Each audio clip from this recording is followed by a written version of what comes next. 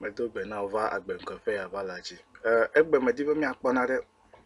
Cho Matthew Fagbala me. Matthew Fagbala ta wideke. Epukwi blave for evelia. Matthew Fagbala ta wideke epukwi blave for aton. Mi ahancho blave for aton. Okay, Matthew Fagbala. Matthew Fagbala ta wideke epukwi blave for atolia. Mi ahanetanya so ebe Yesu kafu fufua efia be kafu mawema. Alego mesinamde. Yesu kafu mau. Yesu kafu mau. Alego meside kafu fufua kafu mau. Jikple anyigba wala. Nyalabe chokwi blave vo atolia ebe lehemahi mela Yesu do unglobena fofo jifokple anyigba ji afeto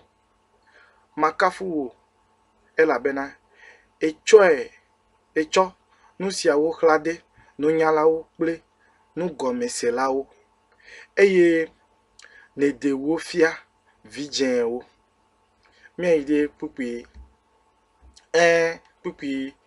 blave vo adelia ebe fofo elabena nenema enyo wo pupi blave vo adrelia fofo nye cho nuwo kata de asina eye ami adeke menya villa po o ami adeke menya villa po o negbe fofo lako eye ami adeke menya fofo la ha po o negbe villa ko ple amesike villa lona bena ya de afiai. Amen. Medibe mi akpo nadele nya ya me. Matthew Fagbale. Oui de kelia. Chokupi blave vo aton. Ko ide blave vo atre. E ya me han fifila. Mi apete Yesu Kristo vede. Enu ijema wu ya wona. Enu ijema wu de ya wona. Ma bia selo ba bia Biblare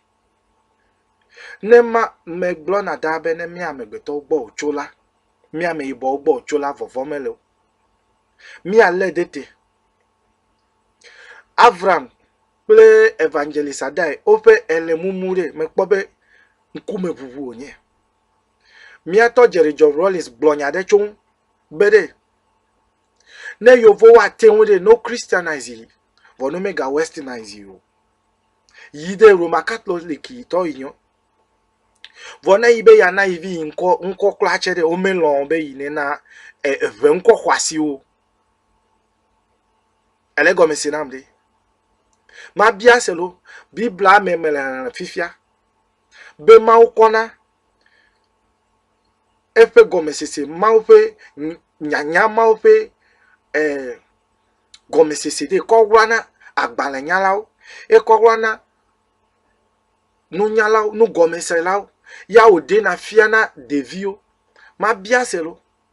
ameka ejivi because mawi mi le yoyo de mi le po abe mi ato mi le po abe mi adela mi le po abe ame lon mi abe vi because never po Matthew Fagbale amela obe nana dogbe dade mi apete Kristo fe gbe da yo fiame mi afofo si le jifo na on kontinako elego mesinamde mi afofo si le jipo na on kontinako fifi lare nko kore aleke wa ko hun mi akpo ebe ameyi mawulo na de ya odi na fiana efia be mawu amedewe yimelo na wo nyatefe ya ajivi alon de via ode adasile de nwa nyemenya ya nyenyema wo ma togio enya mi le gbogbo ya ta Avram pe common sense family de menye ya de kayolo amedele yuke fifia ole yobe Leo Mohammed vide YouTube ne na vai check Leo Mohammed ele no fia gbegbe de ne to ne enye ne mele to duere na de keme gajuro na am lagbe ya mo ele no fia deto ebe ya chinamiro abui yovo ko le vaccination donami de l'Afrique de abui mare abui anton ya da machime vo machie de amachinyoye abui yo ko le vaccination donami de yami le health insurance le ko le yo family plan izare obe menye gbe yo ma ba wo video de le America fifula yi owo yovo wo shop elego misiri ame yo kwa gbale cover na mi me gbo na dabere na gbebo ma nya wo history de o ma nya chomo menya ale iPhone glomelo aw menya Apple Bugatti anokuku ya glomelo aw mi atowe me ya nya nwena mo lo me ya nya nwena mo na mele gbode won to se no gome elego misiri amde mi menya vilao mi menya fofola cheo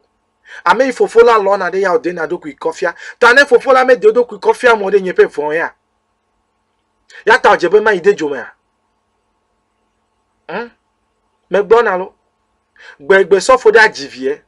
happy wa ji de vie re ne wa bolo poko da de na de vie pe susu be ne de vie wo emule de nwure ne le de vie ko de yopo me alo ne to sell ati yoko fo na gbima de vie ko a chere e vitome fle na dana dena de vie leke mau jipla nyigba wala awo mi de he ya me alo anabe mi ano viji ya wa ojo mavudade na mi magbonya reka gbegbe manya tefe ma cho mecho afiva he ya mere gbe magbe ya manya tefe me ya ame yo petebe yoku yoga trogbore machina we do yiko ma me gbova edro ya oku ha amedeke meku gagbova machina we amedeke meku gagbova koma ya oyi ya gagbova elego mesinamde Bibla bere ma hlecho 27 na ebe fofonye cho nuo kata de asinam eye amiadeke menya vilakpo o negbe fofola ko amiadeke menya fofola ha okpo o negbe vilako pre amesi ke vila lo na bena ya de afia taneme defia monde nyepe vonye be ma ide juma vome enya joma vope yide ya toto ta me na me gbeto apaganto vive to mi ame bo ya ta mele ngogbe yo ya ta mele susu vuo mele susu me kobere mi awo na de ne wa no anyi da o me china we ne va Dubai de ne dicha ide Dubai de wa vubuta yide YouTube na vai dibere Dubai garden flower garden na vai ponu ile jojole fma yide Abu Dhabi yide Kuwait na ide Britain yide America na kpora mi atowe ya mi ame ibo mi le fofo na joma vome ya ta mi gbebe ma mi aposuso vila me defia mo le vo ka onye le gbonye pe kwa ma ko dade maga gbleke Yesu Kristo fo ho ku re efo mete unbu zi ne wa va Africa wa va fonu na mi o $1 du dweto wule jipo de o mete unne obigo nye menya be $1 de obe rank do le osi mete unna be de keneva fonu na mi o nye be yovo yova fiafo mi atogbewe wa we akọ Biblia akọ vana mi de na de susolefma me de kuku na ne lo Biblia de nye me no ma onya gbro na mewe vo ma gbro nya de le fi je gbagba na vai history nyode afi na va akọ Biblia jagbagba de na va history nyode afi na va akọ Biblia ne na kpobede agbe yovu no kpimi atogbe wede eso alo meso ne ma o me defia mode untete ka la sinye e wona jivine kona de ko wa de viere de vie pe vo ka onye ma china we jo ma vore yo le vo do ko le fofo do na mi atogbe yo wu no agbe amere o me pojo ma vo pete bere ke amuga he ya me yo me pose Christopher nya de ke ame ma o de fine wa yi nya boare kamera sinyo me bia nkeke fe jogbanyo na we jagbagba na subscribe na channel ya mi anot ele vevere mi anot no test de gomenam